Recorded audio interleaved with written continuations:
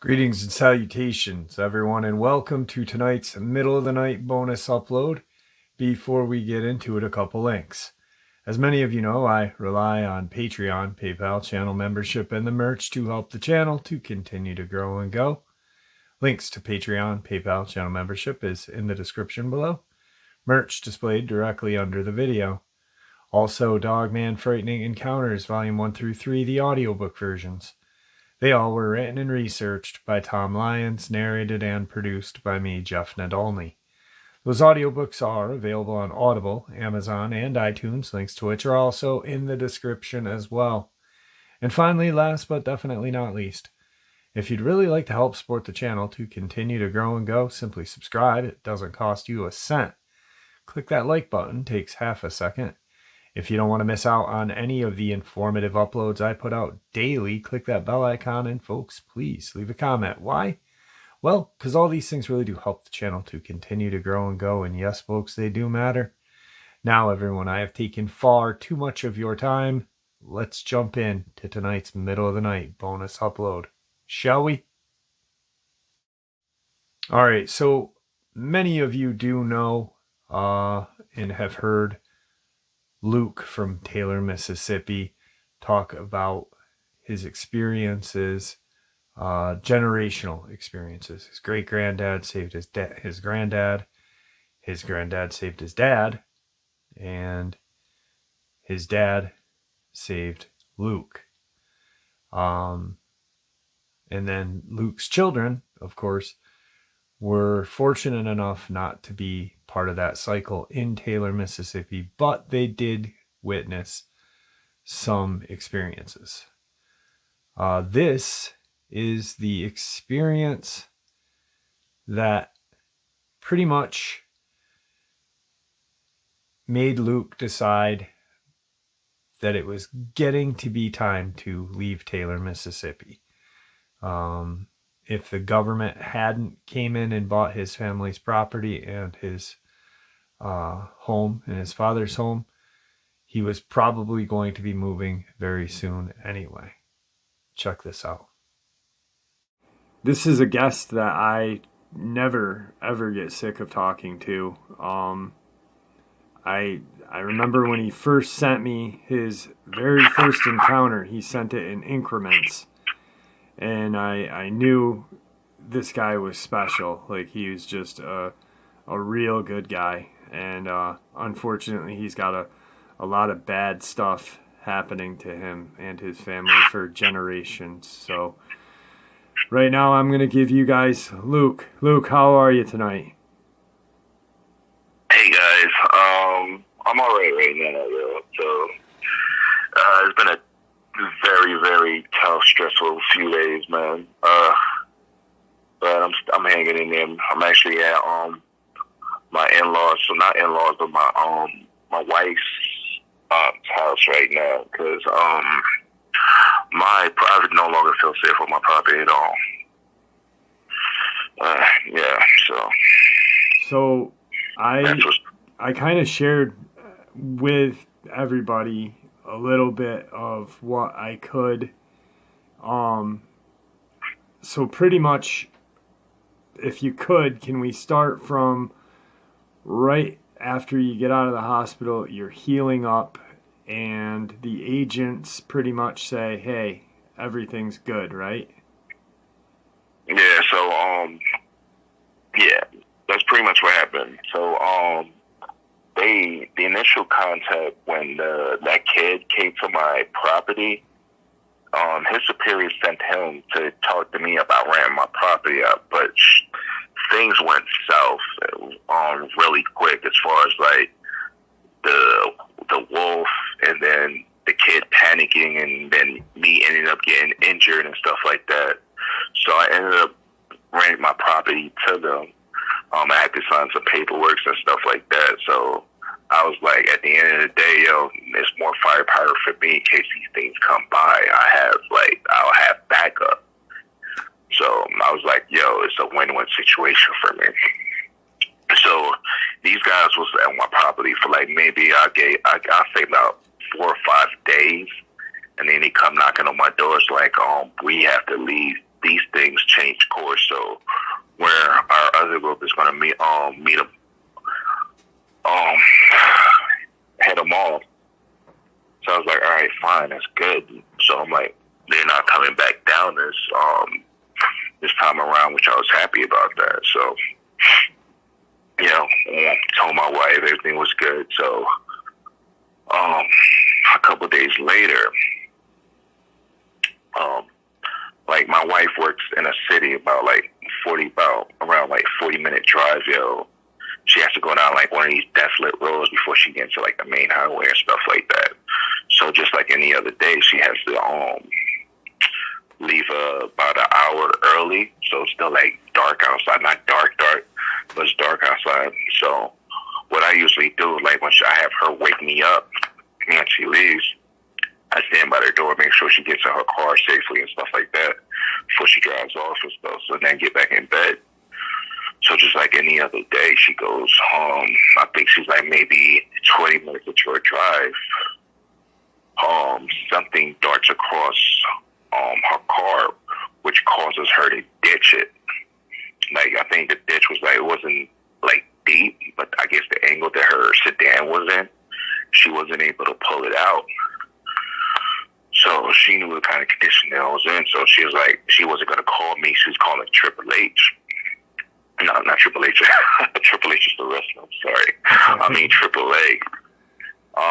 So she sees something like dart across in her rearview mirror, and so she gets scared. So instead of dialing Triple A, she dials me. So I'm like, I'm not asleep. I'm awake, but I'm still like type groggy. So I answer the phone, and then she's hysterical, crying, screaming, something here, come get me. So I sober up real quick. Like I don't know what the hell is going on. My heart just literally sank to my feet. I'm like, I can't find anything. First thing I do, call my dad. Like, yo, Dad, come over here, come watch the kids. I gotta go to my wife. I grab my bag of guns because prior to my incident, I went shooting, practicing and stuff like that. So I hop in because I have a Sierra. So I hop in my Sierra. So I'm barreling down the road because I know the road that she takes, like hoping that I can catch up to her in time. And she's on the phone just crying, and then I just hear like things like going on in the background. So I'm like, I'm praying to God, like, please let me get there in time. Please let me get there in time. So as I'm approaching the car, like I have my brights on, so I see her car in the ditch. So I was able to get behind her and stuff like that on an angle. So like I slowly, like I took my SOCOM, I had the strap around my shoulders. So I exit the vehicle. I'm surveying all the areas, looking around. Have my tactical light, just making sure everything's clear. I didn't see these things in sight. So I get my wife out the car and tell her to get in the truck, lock the doors, get behind the driver's side. So I got a tow chain, so I hook it up to underneath the back bumper because there's this little slot that I can hook it up to.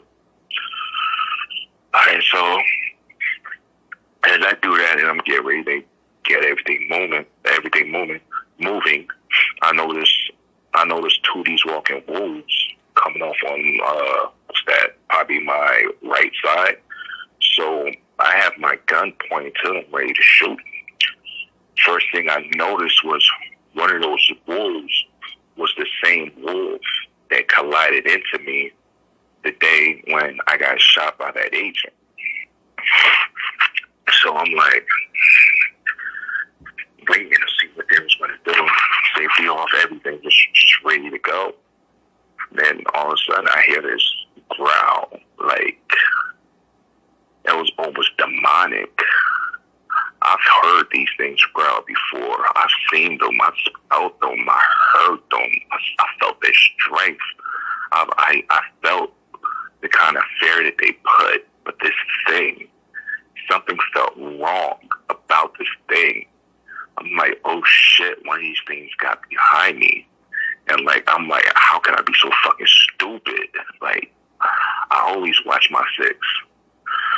So as I'm slowly turning around, the other two take off. And then like about I think about 25, maybe 30 feet from me, or a little further. I wasn't really able to gauge it. I see this thing, this freaking wolf, jet black, almost 9 foot tall, red eyes. I never seen, as long as I've lived, as long as I've been on my property, as long as I have encounters with these things, I never seen one the way that one looked. Red eyes, like a pronounced snout, like a timber wolf, just bigger. Teeth, not overcrowded, but enough to do the job. And this thing, like, the way it looked like it's been around for a very long time, and it knows how to deal with our kind, no matter how skilled we are. I had this feeling like this was the first time I felt dread. I mean, I think this was beyond dread. It had me. I couldn't move. I was terrified for the first time in my life. Like, I was like, yo, what the hell is this thing, yo? I see what it is. I know what it is, but it's different. It's slightly different. Like, it was a soldier type thing. And it had me like,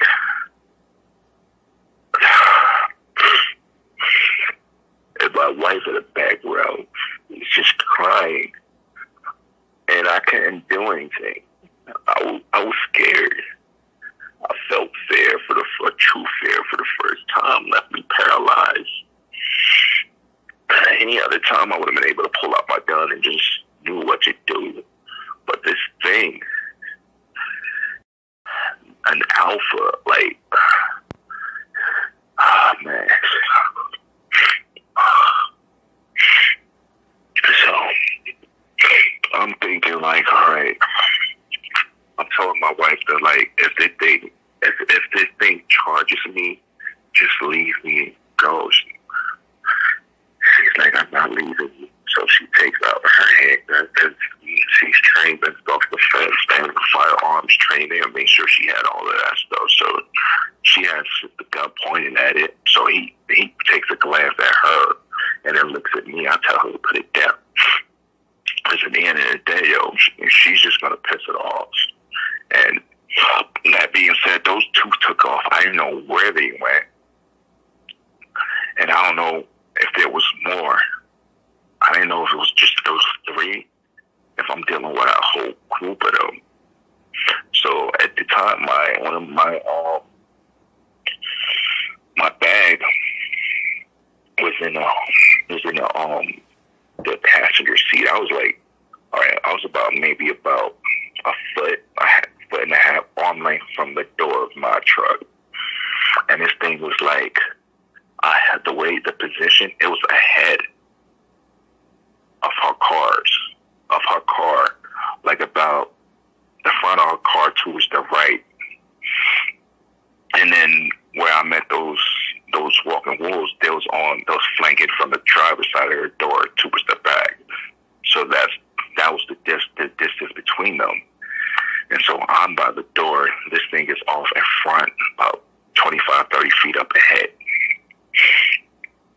Standing about not too far from her car. So I tell my wife to just go in my bag and just like tell me what she sees and stuff like that. So she goes in there, like a couple of handguns, this, that, and the third. She's like, there's a canister here. So I remember the canister. I got the canister because one of my friends I'm not gonna say who he is though, but he works SWAT. But so I was able to get one of those things from there. So I was like, I told her to hand it to me, and this is what I wanted her to do. I told her, like, I'm gonna attempt to throw this. I want you to roll the windows up and close your eyes. Once I let this go, I'm gonna jump in the car. And once you hear it go off, then I want you to drive like hell. So I have it in my hand. Man, I go to pull it. This thing sees it, jumps up. I'm figuring towards me. But once I tossed it, I wasn't even able to give it a good toss because the weight at the speed this thing leaped was unfathomable. It's like I was only able to I pretty much threw it like I discarded it, like my maybe 3 or 4 feet away from me. And the minute the thing leaped, I'm trying to jump in the car. She peels out. I'm hanging onto the seat. My legs are dangling outside the car, which caused me to tear a couple of my stitches, because I'm holding on for dear life. The thing goes off. And she's the one who told me that, when the thing went on, it moved. It maneuvered. It's not like it's like it was flying, and it was able to maneuver in an angle where the only thing that the flash grenade did was just affect its hearing. So we go to the emergency room and stuff like that. I get stitched up, and they ask me what happened and this like that. So I can't tell them that. I can't tell them that I had an encounter with one of these walking wheels. So then I told them I'm feeling a lot better, so I figured I'll go for a jog, and I ended up tearing my stitches, pushing myself to it. They didn't buy it though, but at the end of the day, it is what it is. So I was able to get in contact with the kid supervisor. I never got the guy's name, so that's why I can't. Even if I did get his name, I don't think I would be able to relinquish it over there without any sort of consequences. So I told him what happened, and he said, he questioned me what did it look like? How big was it? So I told him, and so he was like, I'm sending guys over there again. So he's taking them a few days to get there. So that being said,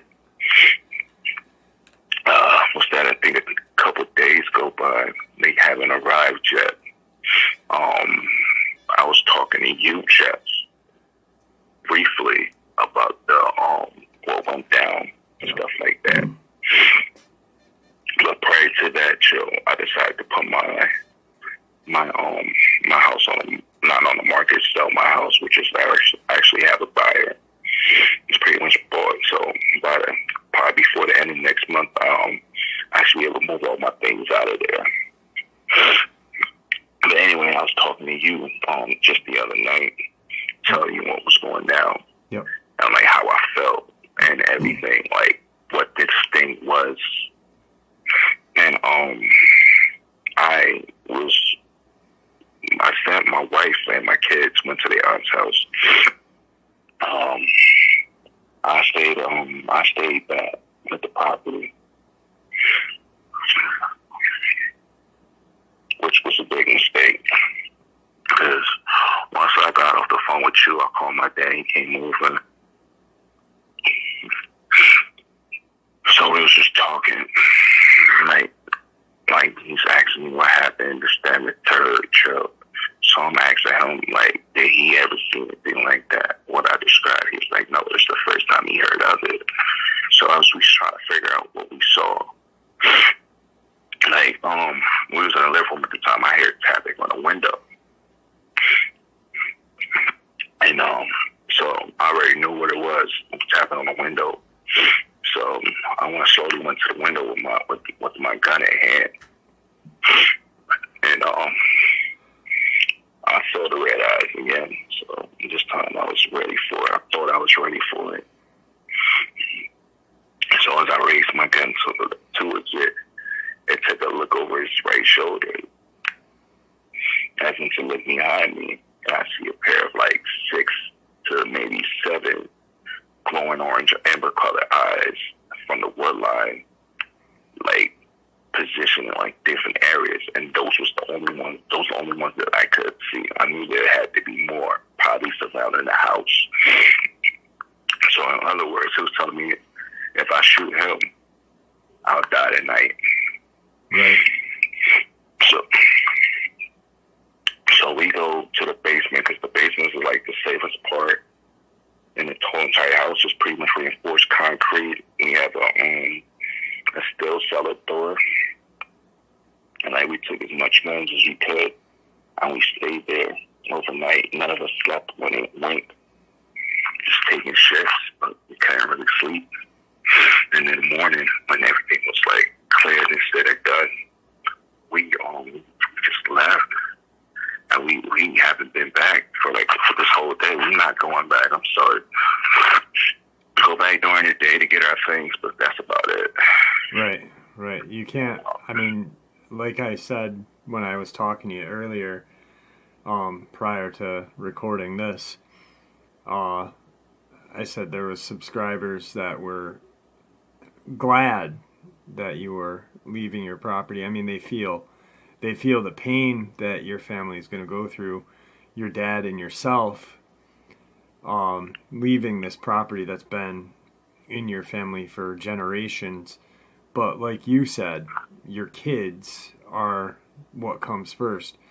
Can you share what happened when you went to your car and why I emphasized on your kids, please? Yes. So we got a tow truck to go get the sedan. At the time, it's a Nissan Altima. I forget what year it is. So tow truck gets there. We get there and stuff like that. The car is ripped to shreds.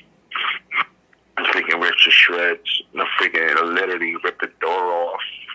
Piss, urine, all over the seat. And then to realize that my wife told me that the kids'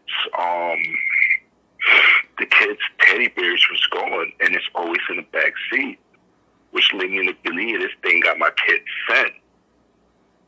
This freaking thing has my kid sent. So I can't stay here no more. My kids are in danger, man. It has my kid sent. It's personal. It really is. Yeah, now it's at sorry, Joe. I'm sorry, but if I see that, I can't guarantee anything, but I will do what I have to do to protect my family at all costs. Luke, I think what you're doing by you leaving your property, I think that's doing what you can do. You're giving up something that means so much to you to protect your wife and your kids. But if you were to go and play hero, go out and try to shoot it out with this thing, your kids would be without a dad, and that would be even more devastating for them too. So what you're doing is you're doing the right thing. And when he says he's moving hundreds of miles away. I'm not going to disclose where he's going, but it's hundreds of miles in a completely opposite direction. So he's doing it very intelligently. I want to touch bases on the creature, the alpha, whatever this thing was. Your friend, when you were younger, Big Red, was huge, and he took out 3 or 4. This thing would have just... It would have took him out. The way fight. This thing had like, when I looked into its eyes, yo, this thing had like a prehistoric intelligence, like almost like a human, but like a Neanderthal like intelligence. And I've never seen any of that thing I haven't seen anything like that when I looked into these things' eyes, yo.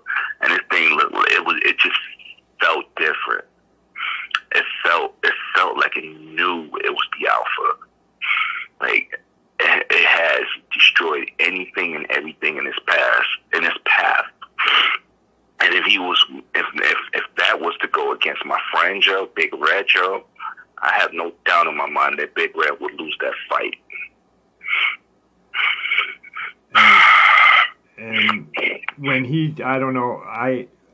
Luke is gonna eventually write this all out for me, just this last part, or I'm gonna write it out, and then I'm gonna combine all of everything, so you guys won't have to go and backtrack. But Big Red, when Luke was about 20, he was involved in an altercation saving Luke from 3 or 4 Dogmen. And he's not a slouch fighter. So for him to say this is definitely, this thing is definitely something. And we talked about it for a good hour last night, trying to just figure out what the hell it is. It's like, it's leading a pack of 30, I think you said, that agent said to you? Yes. But he will not disclose the area. Right. So to lead a pack of 30, you have to have, even if like a foreman on the job, can pretty much maintain 10 guys. You're talking 30 wild animals that are just hungry and just terrifying. This thing has got to be equally terrifying and more. So I don't know. I think you're doing the smartest thing and the safest thing. Luke's dad is going with them. And like I said, this is a heartbreaker for his whole family.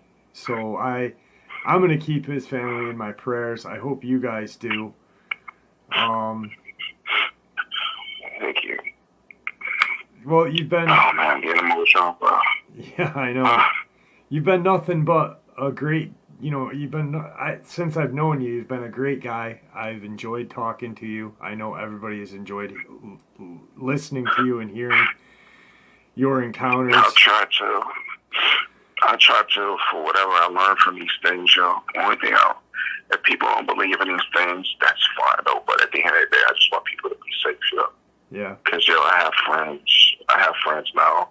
I have a family, and the worst thing I want somebody to do is just go somewhere and not just, be aware of your surroundings. You don't have to believe in these things to be safe, At the end of the day, just treat the situation like you treat if you know you're going to an area that has bears or mountain lions, Keep some kind of protection with you. Go in some groups, These things, whether you believe them or not, God forbid you run into these things, At least you know what you need to do. Even if you hear my story, just take it with a grain of salt. Just have that in the back of your head. God forbid, all right, so these shits are real. This is what I need to do. At the end of the day, you don't challenge that. It looks for a challenge. Right. It wants you to challenge it. Yeah, absolutely. Because it wants to dominate you. When you first saw this thing and confronted it, well, it confronted you because there's no confronting it. It knew your fear and grinned at you. It looked into your... I'm pissed. Yeah. When I looked at it, I'm not going to lie, guys, I told myself. And when I did that, it sniffed the air, it smelled it, and grinned. We was talking about this, because you brought up a point, so the one that got killed on my property, that we buried, and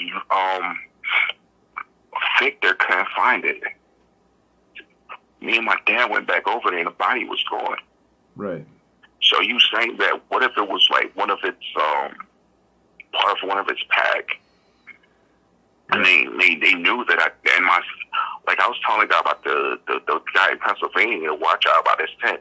I forgot my scent was all over that thing. Right. Absolutely. And then I think that they used my wife to get to me, and the shit was set up strategically. Absolutely. Because it didn't come out. It did not come out till I got there. She didn't see that one till I got there. It was waiting for me. Right. Everything that it's done has shown intelligence above. I mean, yes, these things are intelligent. They're cunning. But this thing has shown intelligence almost human level and more, fighting wise. You know, it used your wife as to draw you out of the house because it knew that you would come. Then it takes your kid's stuffed animal, gets the scent to, you know, track you. It goes to your home, has you cornered in your house, looks behind it to say, hey, look what I brought with me. Take the shot, buddy. Take the shot. You know, it's definitely, yeah, it's got some sort of intelligence that, like you said, is primordial. It's not normal. Yeah. It's not normal. It is the primeval. It's the aura the aura that this thing was given was like, it was almost demonic. Not saying that it was a demon, but that's what it felt like. Sorry, boss. That's all right. That's all right. I was shaking, yo. I was still shaking. Every time I picture it, that's shaking. Oh my God, this is fucking unreal, man. At least you're off the I'm property. sorry, I'm losing that composure. Bro, don't worry about it. At least you're off the property. You're doing the best thing you can do. I know that a lot of everybody who was thinking about you is going to be happy that you're leaving. There's nothing more you can do. You know, it's either, you know, do what you're doing or pay the ultimate price, and the price is not worth it. So hopefully this chapter in your family's life will finally come to a close. I hope so too. I pray for I'm that. tired, Jim. Yeah, I'm sure. I can't. I'm at my wit day with this, man. So, this has been hard for Luke to share. I'm gonna end the interview. Luke, is there anything that you'd like to end tonight with? I want to thank everybody for their support and prayer. It surely means a lot to my family in this tough time and things like that. I just want everybody to just stay safe and just be aware of surroundings. If it doesn't feel right, obviously it's not. Like I told you at the time, trust your instincts. God gave it for you for a reason. Thank you, guys. Thank you, Luke. Thank you for coming on, and thank you for sharing, and God bless. Thank you. All right, bye-bye. All right, guys, that was tonight's middle of the night bonus upload, or early morning bonus upload, wherever you're at.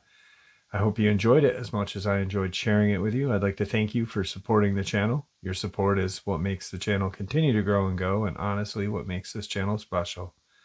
Please, everyone, stay safe, happy, healthy, and ever vigilant, keeping an eye on our children, our pets, our family, and friends. These creatures are real. They are out there, and they are dangerous. Share this information with the people you love and care about, and it may just help save their lives someday. Until next time, never stop asking questions, never stop searching for answers, and God bless.